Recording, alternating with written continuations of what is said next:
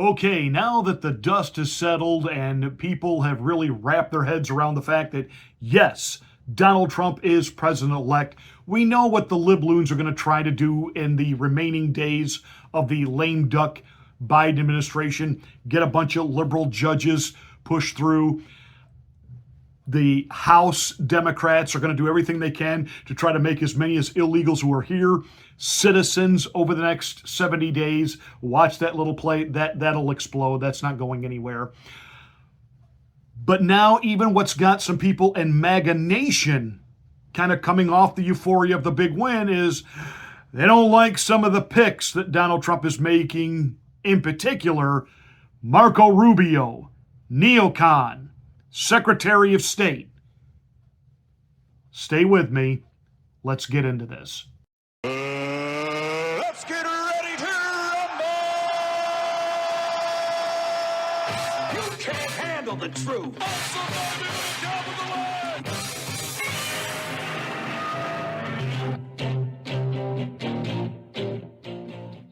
Hi, I'm Pastor Marty. Thank you so much for watching the Afternoon Drive. Please make sure that you are subscribed to the channel. And once you are, smack the bell, click the word all. That will give you a notification of my rants, my ravings, my undeniably flawless reasonings. Please like and share this video. It's the only way that we can get the word out that we're here. Please take the link, put it on your social media platforms. Help us draw in and grow our audience. I don't ask anything here. There's no subscription. There's no Patreon page. I don't try to sell you anything. This is a completely one-man operation here. But I would like to grow the audience. And all I ask is those of you, if you like the content, tell people about it, share it. Thank you.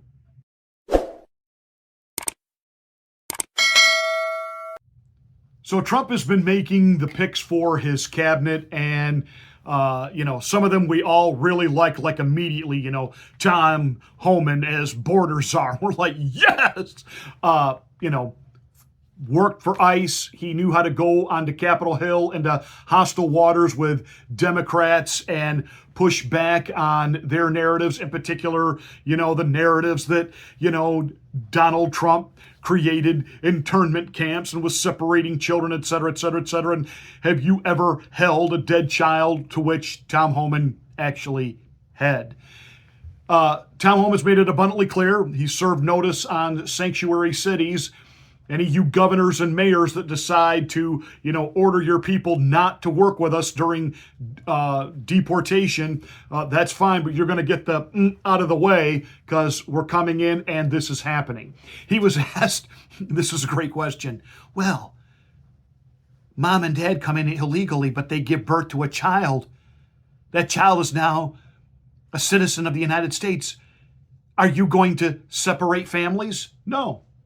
We'll deport them all. Boom! Wait a minute, the child's a citizen. Yeah, but mom and dad aren't. And they're all going to be removed. And when the child is of age and wants to come back as a citizen, there will be a way for that child to apply and come back. So, love Tom Homan. Trump is going to turn Elon Musk and Vivek Ramaswamy loose on the efficiency of government. Now, this is apparently, I don't know if this is a new agency because you got the left losing their minds over that. He's creating a new agency out of thin air. You can't do this, and this takes an act of Congress, and this is the House of Representatives' job to make sure that the government is working efficiently. Yeah, how are they doing with that? Seriously, how are they doing with that? I mean, when the Democrats ran the House, all they were interested in was impeaching Donald Trump and having, a J6 committee. And, they sent people from the Trump administration, i.e. Steve Bannon, to prison.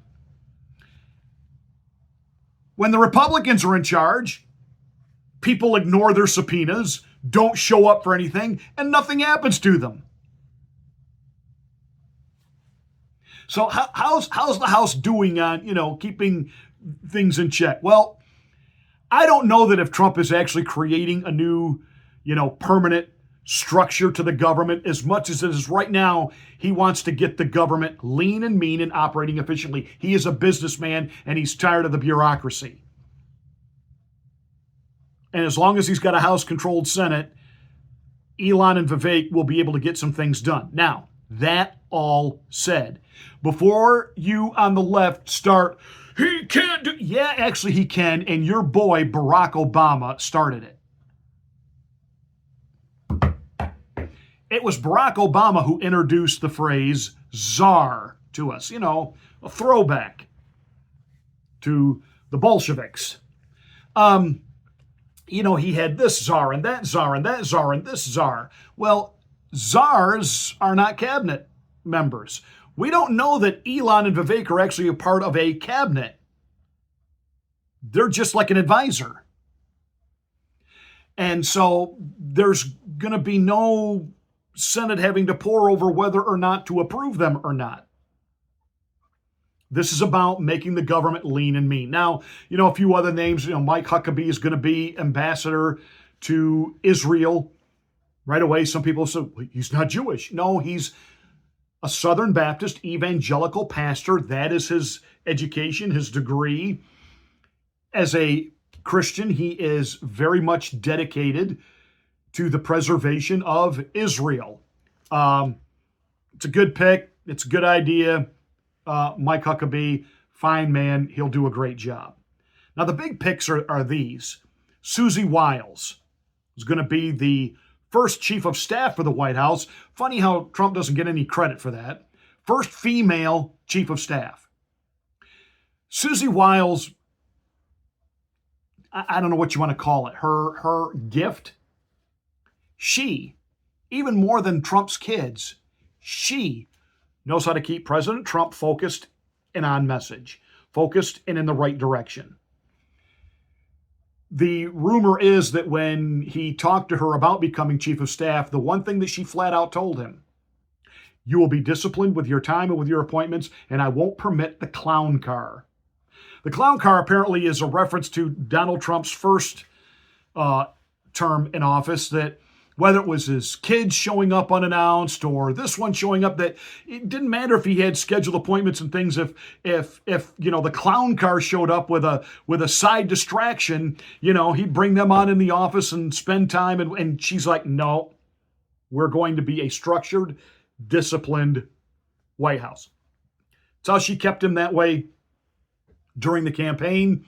Did a phenomenal job with that. You know, Trump's message, much more disciplined and on point. Now, Trump still has to be Trump, but and the fact that he wants her there means he understands that she is some of the guardrails that he needs, and so that's great. Stephen Miller, Deputy Chief of Policy. Now, he's going to be the watchdog. His job is going to be to watch all the other different cabinet members and their departments and make sure that they are staying on track with the Trump agenda. See, the big difference this time is Donald Trump actually knows how Washington works. And before, he brought a bunch of neocons and rhinos in because he thought, well, you know, I don't really know how all this works here. They do. And once I bring them in, everything will be fine and they'll all be on board with me. And all they did was disrupt, distract, and do everything they could to derail the actual Trump agenda. He's not doing that this time. Trump is very much going to be the leader, and all of these people that he puts in places are not there to necessarily make the decisions. They are there to keep an eye on things and then bring things to Trump to make the decision on.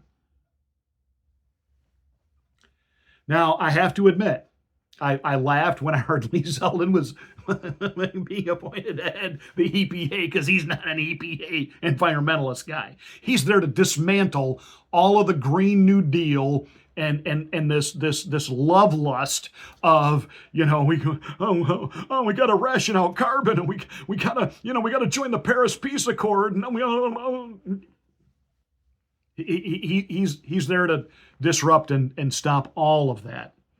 Kristi Noem, you know, governor of South Dakota, is it? Very loyal to Trump. There was rumors that she was under the vetting process to be vice president, and she had a scandal and then an issue. The scandal was that maybe she had an affair on her husband, and that was beginning to be talked about. And then there was that book that she released where in the book she talked about shooting a puppy that wouldn't behave. Her political career is over. It doesn't mean she's unqualified or stupid. She's a very smart. Um, Together, she was one of the only states during all of the pandemic to stay open, wide open, and just leave it up to people and their own judgment what they needed to do for themselves. She kept her state open and she kept her state profitable. And so Donald Trump's going to put her in charge of Homeland Security, which basically means she's over several of the alphabet agencies, including Secret Service. There's rumors that he might pick Dan Bongino to actually head the Secret Service, but it's all going to fall under Kristi Noem. And again, she's there to be Donald Trump's watchdog, but also, two assassination attempts on Donald Trump's life. He wants to really get to the bottom to see who or what from the Secret Service knew and what they knew and when they knew it and what happened. So she's a talent. You don't want to lose the talent, even though politically she's done. Now, Pete Hegseth being picked to be Secretary of Defense. He's not a general. He's not a this. He's not a that. Well, first of all, there have been other quote-unquote civilians appointed to that position through the years. No, he's not a general. He's there to watch the generals. Trump is really ripped about what the generals did to him in his first term. So many of them really are woke and they're into all of this identity politics and they want to get the wokeness out of them. Or they want to get the, we got to make the military more woke. No, we need to make the military more lethal.